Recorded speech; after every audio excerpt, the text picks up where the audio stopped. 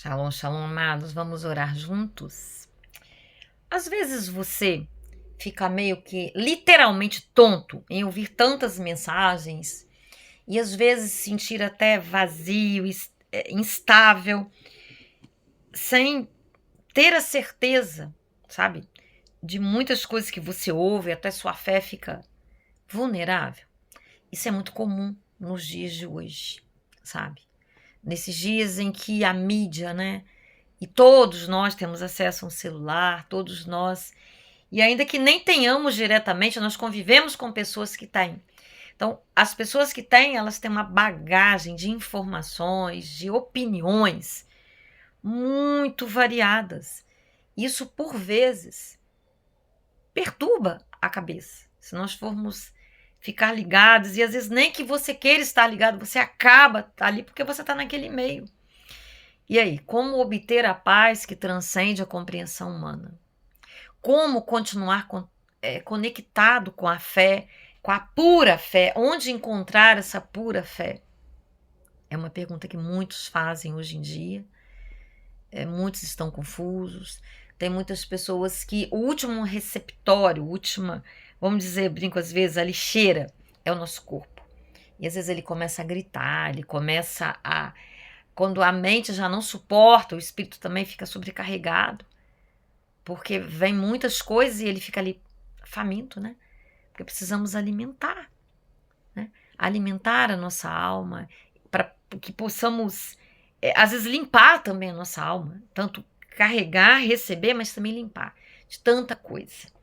E o Salmo 147, que é louvor ao Deus Todo-Poderoso, lá no versículo 10 ele nos diz o seguinte: o que agrada a Deus não são cavalos fortes, nem soldados corajosos.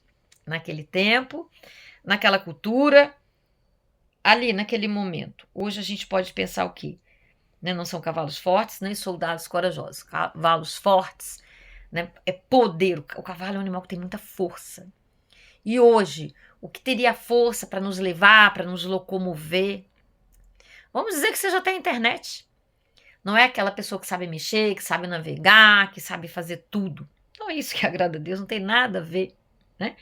Nem soldados corajosos. Ele pega aqui, cavalos corajosos e soldados corajosos e cavalos fortes. E depois ele diz, mas sim pessoas que temem e põem a sua esperança no seu amor. Mudou-se, né? Agora a gente não vai falar em cavalo forte nem soldado corajoso.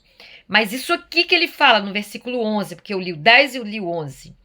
Pessoas que temem e põem a esperança no seu amor, continua atual. Isso não mudou. Temer a Deus, sabe? E colocar esperança no amor dele. É isso que vai nos tirar de tantos embaraços, que vai nos tirar desse estresse, desse cansaço, de tanta coisa que a gente vê, que a gente vivencia dia após dia. Às vezes nós vemos atitudes de pessoas que nós não conseguimos entender. Uma que estava rolando na internet, né? Não querendo ficar falando aqui de coisas tristes, mas são coisas reais que aconteceram. A morte daquela moça que pulou de jump, né? Sem a corda. A Maria Eduarda, de 21 anos. Nossa, aí eu vi várias reflexões, né? Várias, porque todo mundo quer falar alguma coisa sobre, eu tô aqui também falando, né? E aí, qual corda que está nos amarrando? Qual corda que falta nas nossas vidas para nos alicerçar, para nos dar uma segurança, né? E ele falava que essa corda é Jesus, realmente. Mas, por vezes, nós queremos experimentar emoções, principalmente os jovens. É muito natural dos jovens querer essas experiências radicais que geram adrenalina a todo vapor, não é verdade? Isso é muito comum. Não aqui para condenar ninguém, para julgar ninguém. Nossa, Deus, de jeito nenhum. Mas eu quero dizer que se arrisca tanto por tanta coisa, mas a palavra de Deus, né? Esse relacionamento com Deus, essa constância, esse envolvimento, essa busca por conhecer o que vai além disso aqui, o que vai além, o que é, o que vai ficar. Por vezes a gente participa de coisas, a gente fala, vamos curtir a vida, vamos viver, porque a morte chega de repente. Sim, ela chega para todo mundo. Por mais que isso seja uma realidade, a maioria não está preparada para isso. Não, não quer nem pensar nisso. Mas pensar nisso é pensar naquela parte de nós que é eterna, naquela parte de nós que precisa realmente de maiores cuidados e que nós negligenciamos diariamente, sabe? Nós vamos cuidar de tantas outras coisas. Eu, quando cheguei em casa ontem, né, à tarde, eu falei, nossa, hoje eu não orei tanto, né? E eu tenho tantas coisas para dizer, meu Deus. Mas eu sei que o mais importante é estar contigo. É parar, é orar, porque nada disso aqui é mais significativo, tem valor maior do que estar contigo, papai, sabe? Parece uma atitude simples, uma escolha óbvia, mas fazer valer essa escolha, tomar essa atitude, não é fácil. Porque a nossa tendência é de ir lá agir, fazer o que está diante dos nossos olhos, o que é material, o que é palpável. E aquele lado espiritual, o lado interior, a gente vai deixando para depois, a gente vai empurrando. E esse lado é o mais significativo. Mas é necessário a gente parar, se a gente quer ter realmente essa paz que transcende a compreensão humana, essa alegria que independe de tantas coisas, necessário é que nós estejamos, sabe, todo o tempo voltados para as realidades espirituais, para esse cuidado das nossas emoções, que é a nossa alma. Quando eu falo em emoção, quando eu falo, é a nossa alma que está conectada aqui com a Terra. E nós não existimos sem essa alma, sem essa conexão. Mas necessário é que nós avancemos além disso aí, sabe? Porque o Espírito que nos conecta com o eterno, que é a nossa realidade principal, o eterno. Os dias têm passado rapidamente. Eu já vi na internet, né, uma comprovação já científica da abreviação dos dias, das horas do dia se diminuindo.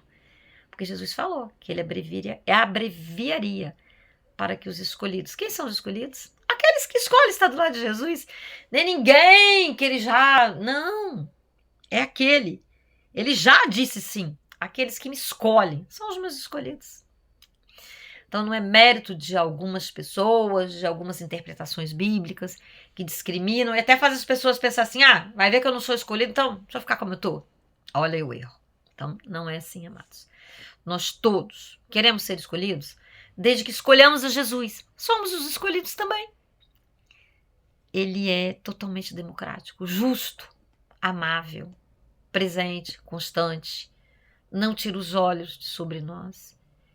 E ele tem olhos únicos para cada um de nós. Isso é incrível, mas é a realidade. Ele me vê, ele está aqui comigo, sabe? Me cercando por todos os lados. Ele está aí com você, te vendo, sabendo os seus pensamentos, do ontem, do hoje, do amanhã. Olha que incrível. Como o Salmo 139 fala. Nossa, o conhecimento de Deus é tremendo. Como nós vamos entender? Não. Só tendo a mente de Cristo, buscando seguir os passos do Mestre. Podemos começar a compreender com a ajuda do Espírito Santo, com a graça dele. Então ele tem olhos para nós, ele nos vê. E como ele disse aqui, eu só separei, né, um versículozinho. Você pode ler o Salmo todo. Às vezes a gente vai ver aqui, né, coisas assim. Jesus não tinha vindo ainda, né? Então fala em quebrar os dentes dos inimigos, e assim vai. Não exatamente nesse salmo aqui, mas quando você ver isso em algum salmo, é assim, não sabia que a terra era redonda ainda, né? Não tinha tanta revelação, conhecimento científico. Então a gente vê coisas aqui que a gente fala, como é que pode isso? Não, esses livros não foram queimados, não foram eliminados. Mas nós precisamos entender que era uma época, né? Antes da era cristã, antes de Cristo. Então, tem coisas aqui que a gente vai ver que está aqui registrado. Que Deus também deu esse conhecimento a nós do que seria antes e depois. Mas aqui nós vemos que o que não passou, o que agrada a Deus, pessoas que o temem, o temor de Deus nos protege. O que é o temor? Não é o medo, é o temor, é o respeito, a reverência, sabe? É nós queremos estar longe daquilo que vai ferir o coração de Deus, sabendo que eu não o vejo, que ele é espírito, mas ele é mais real que a minha própria respiração. Então, eu querer agradá-lo. Para eu agradá-lo, eu preciso saber o que o agrada e o que o desagrada. O que o agrada e o que o desagrada. Está na palavra dele. Está na palavra de Deus, que é o nosso manual de vida. É uma carta de amor escrita com sangue, sabe? É muito mais que um manual, é muito mais, é muito mais. Pessoas que o temem e põem a sua esperança no seu amor. Esperança no amor de Deus. Esperar. Eu espero que o amor de Deus, sabe, faça por mim exatamente aquilo que eu não posso fazer. Saber que eu sou dependente dele, que eu não existo, que eu não resisto, que eu não avanço, que eu não venço, que eu não serei eterna. Se eu não depender dele, se eu não me lançar debaixo das asas dele, uma linguagem poética, eu preciso dele, nós precisamos dele. Sabe, amados? Colocar esperança no seu amor, num amor que é perfeito. Não há outro amor sobre a face da terra que se compare ao amor do nosso Jesus. Não existe um amor perfeito. E ele nos convida a sermos a sua imagem e a sua semelhança. Um convite tremendo. E ele nos ajuda a viver o sim que nós dermos a esse convite. Ele nos capacitará. As coisas passarão, as nossas angústias, todas as coisas ruins que nos sobrevêm, as boas também passarão. E nós continuaremos. Nós precisamos perseverar, continuar. Eu saio um pouquinho aqui do assunto. Eu estava vendo uma boia lá, eu pendurei aquela boia que o meu netinho vem para cá, né? E aí a boinha, ele vai acabar furando ela se ela ficar pelo chão. Aí o cachorro, a boia, vai parar lá no teto. De vez em quando, nosso cenário aqui vai ser modificado por alguma coisa, né? É isso aí.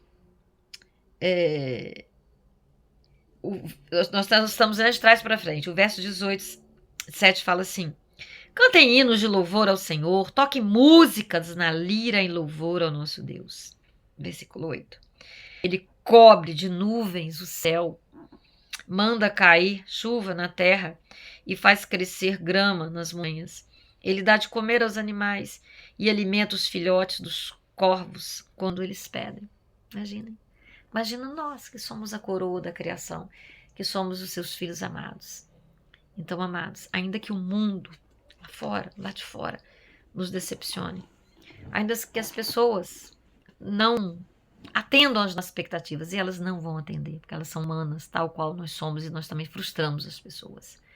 Nós podemos crer naquele que nos ama, naquele que não tira os olhos sobre nós.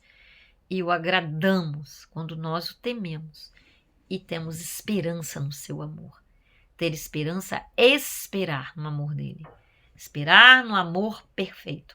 É saber, é estar esperando naquilo que é certo, naquilo que não falha, naquilo que não frustra, naquele que não rejeita, naquele que cura, naquele que liberta, naquele que ama com perfeição. Aquele que por vezes nós não entendemos alguns nãos, mas depois nós entenderemos e agradeceremos. Amém? Antes de você sair daí, compartilha com seus grupos, deixa sua curtida, vê se você está inscrito no canal. Isso é importante para que a mensagem vá além de nós mesmos.